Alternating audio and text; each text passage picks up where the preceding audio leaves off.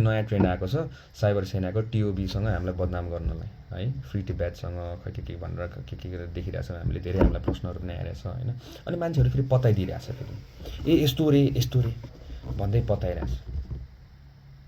कति मात्रै हामी नेतासँग लड्ने कि भ्रष्टाचार विरुद्ध हामी लड्ने कि यो फेक न्युजहरूको पछि लड्ने कि हाम्रो टिम मिलाउनु लड्ने कि होइन, कति कुरामा चाहिँ हामी लड्नुपर्ने है। र मलाई देखाउनु पऱ्यो कि जसले यो एक्युज गरेको छ नि हामीलाई होइन, देखाउनु पऱ्यो कि त्यो भिडियोमा चाहिँ म चाहिँ कहाँ छु भनेर क्या, म चाहिँ कहाँ छु भनेर त्यहाँ देखाउनु पऱ्यो क्या।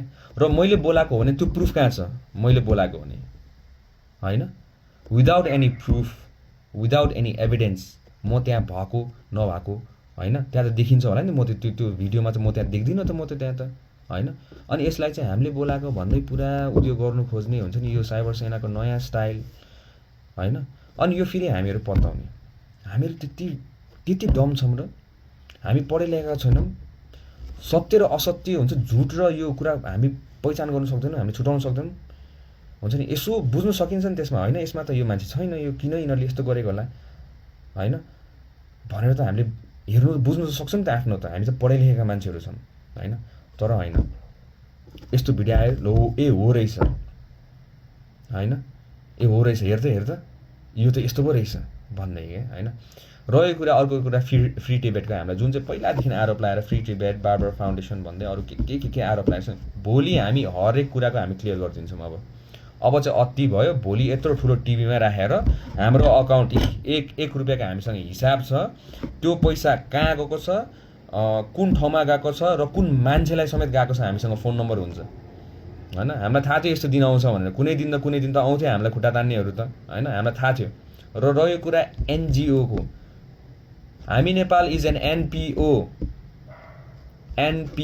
हामीलाई एनजिओ मन नपरेर हामीले एनपिओ भनेर राखेको हामीले है। र त्यसको पनि एभिडेन्स हामी भोलि देखाइदिन्छौँ, ढड्डै पल्टाएर मजासित, ल यहाँ यो छ, हाम्रोमा यो आधारमा हामीले यो आन्दोलन गरेको होइन, यो हाम्रो फाइनेन्स हो, हामीसँग भएको पहिला यति रुपियाँ छ, र कुन चाहिँ युएसएआइडीदेखि लिएर कुन चाहिँ आइएनजिओसँग हामीले पैसा लेखेर छ, र 1 रुपियाँ देखाउ, ल 1 रुपियाँ मात्र देखाउनु होइन, धेरै परेन, मैले भने त 1 रुपियाँ मात्रै हाम्रो यो फोरेन आइएनजिओहरूबाट लिएको मात्र देखाउनु, ल 1 रुपियाँ $1 मात्र लिएको देखाउनु न, बाँकी पर्दैन। हाम्रो अफिसमा आएर हामीलाई ल हामीसँग कुरा गर्नु मिल्छ।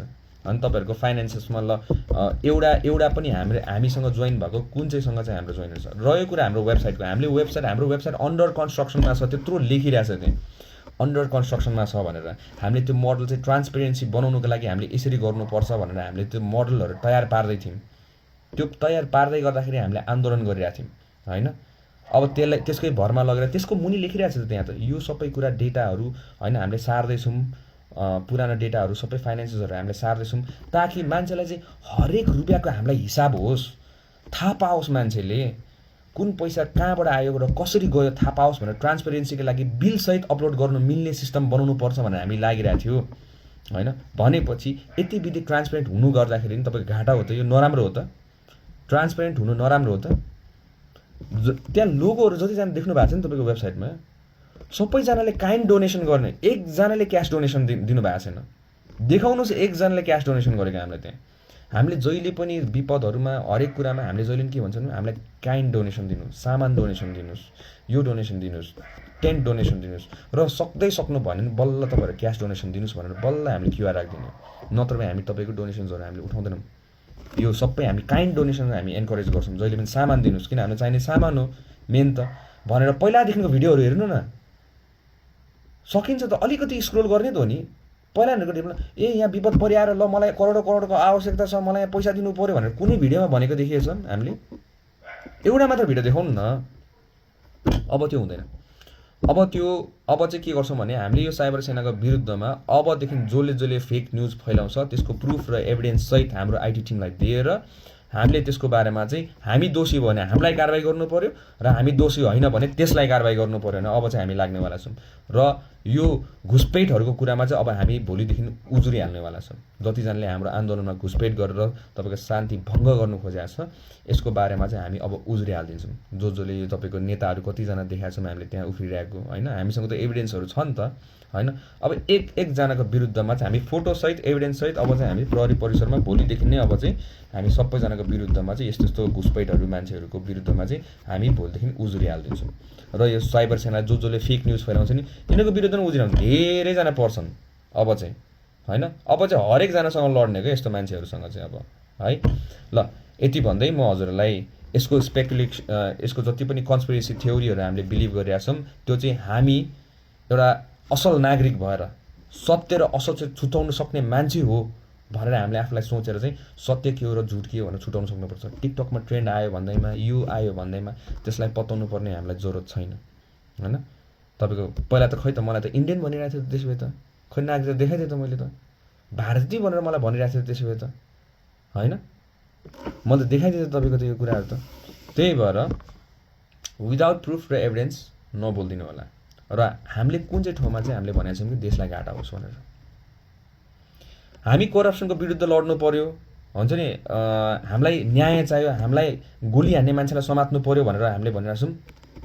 यतापट्टि मान्छेले भन्छ दलाल भनेर भन्छ। ए भनेपछि हत्यारालाई कारबाही गर्नु परेन?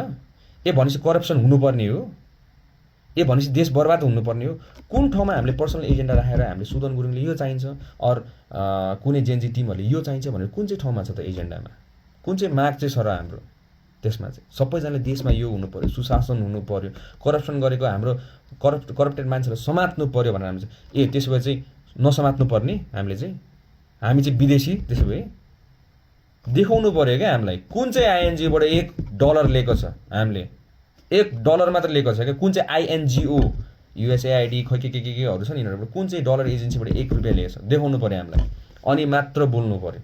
नत्र चुपचाप बसेर चुप लाएर आनन्दसित बसेर हेर्ने साइबर सेना भएर नबस्ने है। किन देश तपाईँको पनि हो, देश डुब्यो भने तपाईँ पनि डुब्नेवाला छ। अब चाहिँ यो अन्तिम लडाइँ हो र यो लडाइँमा हजुरहरू सबैजना साथ दिनु जरुरत छ। Thank you so much.